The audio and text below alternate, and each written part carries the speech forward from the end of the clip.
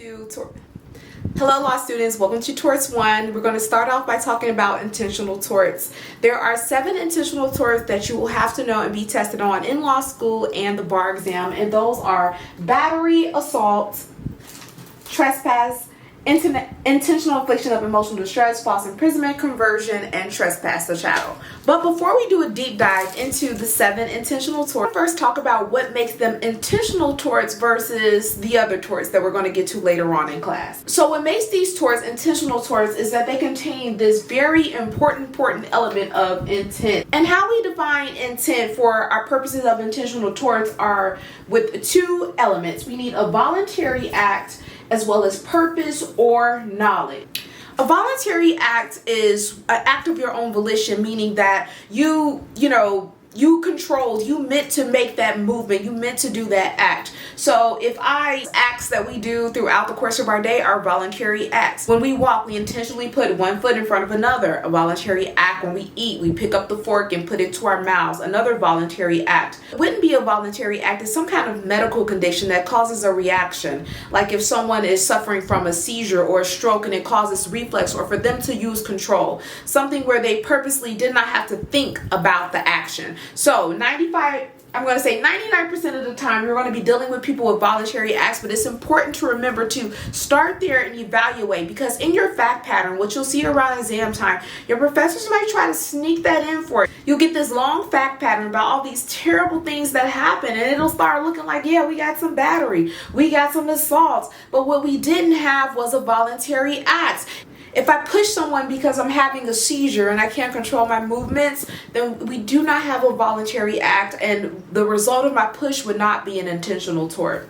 Now we need, and number 2, purpose or knowledge. When we say purpose, we mean acted with the intent of causing a particular result.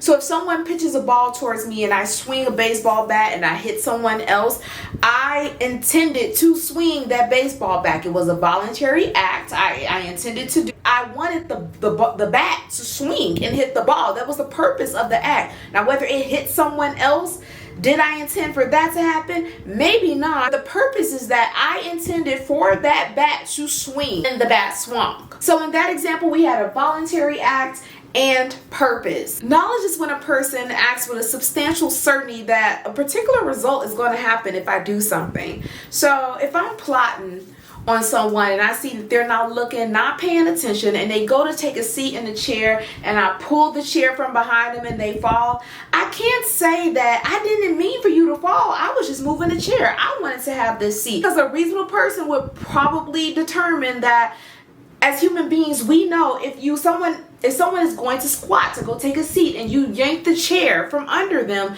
that you knew you had knowledge to a substantial certainty that that person was going to fall. So that is how we satisfy knowledge to a substantial certainty. Another example of that, if I see a neighbor that I don't like and they're rollerblading down the hill and I hurry up and I go grab a branch from a tree and stick it out from under there, do I have a guarantee that they're going to trip and fall and that they're not going to see the stick? No, I don't. But there's knowledge. I have knowledge that to a substantial certainty that there's a really good chance that, since I threw that stick out in their line of rollerblading, that they're going to go over it and fall and bust their stuff, which is what I intended to do. And again, that's another example of a voluntary act and knowledge to a substantial certainty. So just to recap, you need this one and one of these. Act with the purpose that the end result is going to come, or you have knowledge to a substantial certainty that the end result is going to come. Now for exams, what's important to know about intent is that it can be transferred. So going back to the example of my neighbor, if I saw my neighbor coming down the hill and I threw out the stick to trip him while he was rollerblading, but it just so happens I didn't see that he was holding his girlfriend's hand and they were skating together and she tripped on the stick that I put out and bust her stuff, I would probably be found liable for some intentional torts. Why? Because 1, I acted voluntarily, and 2, I have the purpose of putting the stick out there so that someone could fall. I acted with the purpose of someone falling. falling being the end result. Now, while I wanted my neighbor, I wanted him to fall, and his girlfriend ended up falling instead, that intent that I had towards him transferred to her, and I am still found liable for intentional torts. She could still sue me in court and would probably win, even though I did not intend to commit a tort against her. The intent transferred to her, and as an end result, she ended up getting harmed. So when it comes to exam time, you want to remember that, do I have a voluntary act? And intent is satisfied by either purpose, that the purposeful result would occur, the knowledge to a substantial certainty that a certain result would occur, or the intent could have been transferred. I could have had one of those things towards someone else and then it transferred to another person. I was going to say transfer to me. Transferred to another person.